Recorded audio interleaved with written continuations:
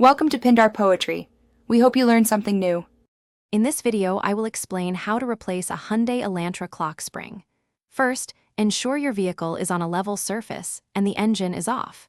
Disconnect the negative battery terminal to prevent accidental airbag deployment.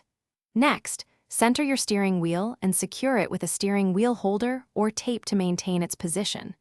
This crucial step prevents damage to the new clock spring during installation. Gather your tools, including a steering wheel puller and various sockets. With the battery disconnected, you can now safely remove the airbag module. Locate the retaining bolts, usually on the sides or back of the steering wheel, and carefully remove them. Gently pull the airbag away and disconnect its electrical connectors. Set the airbag aside in a safe face-up position. Next, remove the large center nut holding the steering wheel. Use a steering wheel puller if needed to carefully detach the wheel from the steering column shaft. Now you'll need to access the clock spring itself.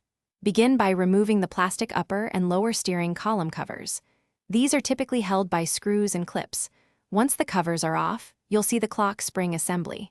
Carefully disconnect all electrical connectors attached to it. Pay attention to their positions for reinstallation.